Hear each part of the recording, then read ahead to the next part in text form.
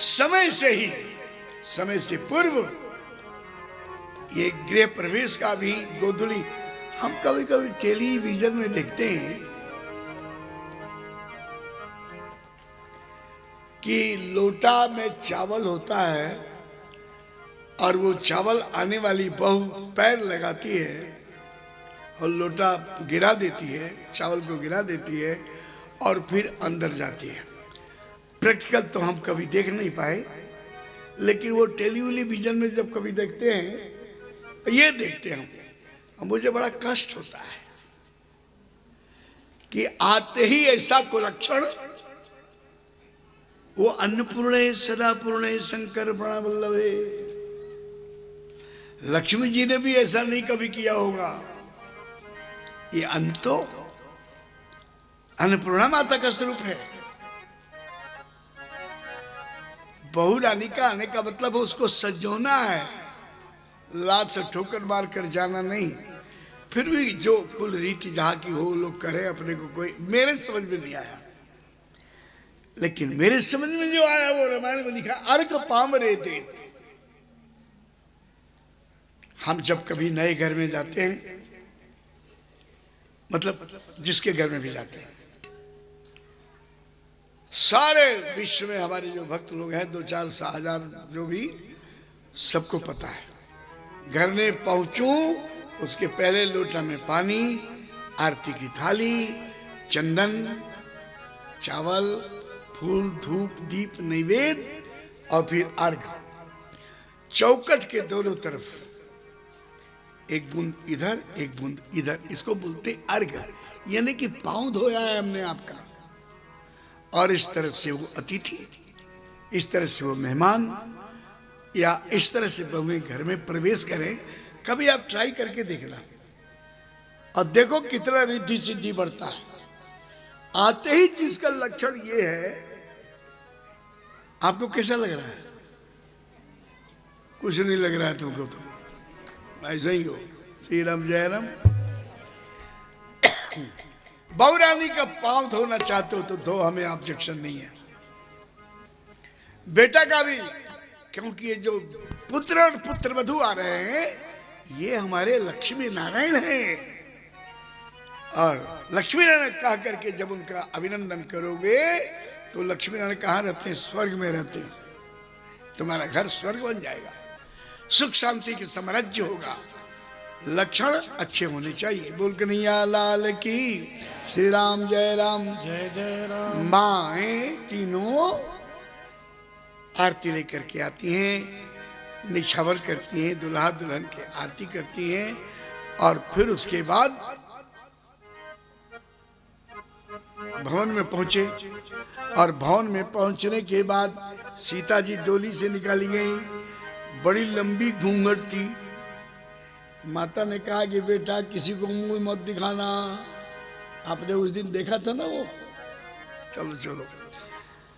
और जब तुम्हारी बड़ी बहू, बड़े बुजुर्ग कहें हमारे यहाँ मुंह दिखाई की परंपरा थी, आपको मालूम है?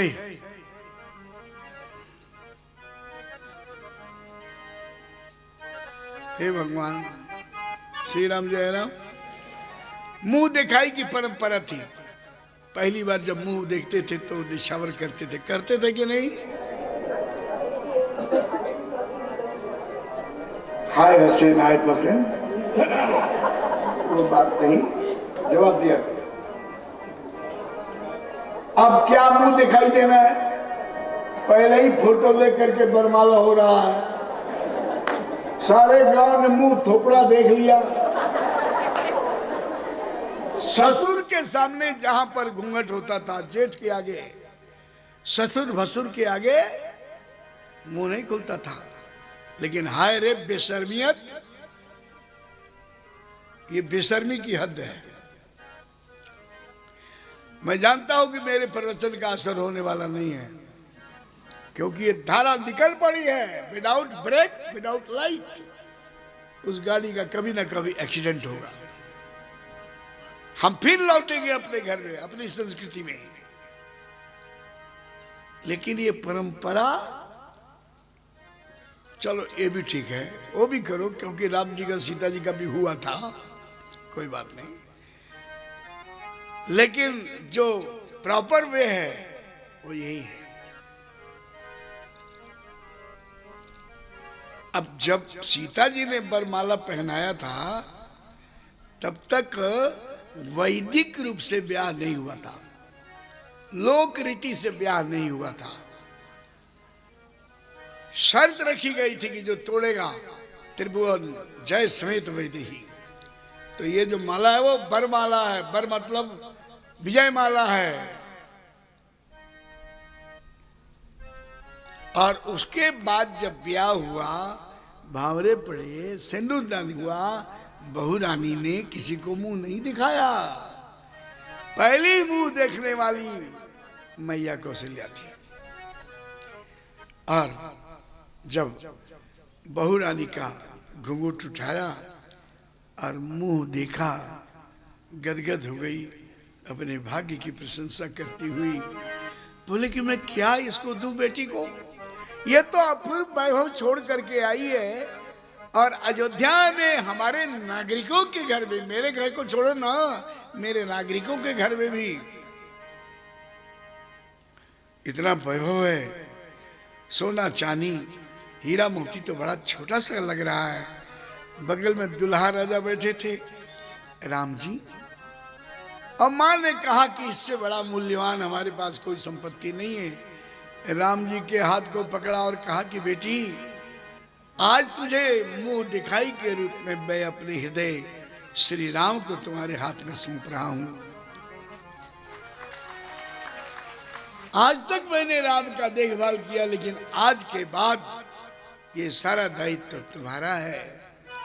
और मनवांछित फल को प्राप्त कर करके मां ने सासू मां के पांव छुए।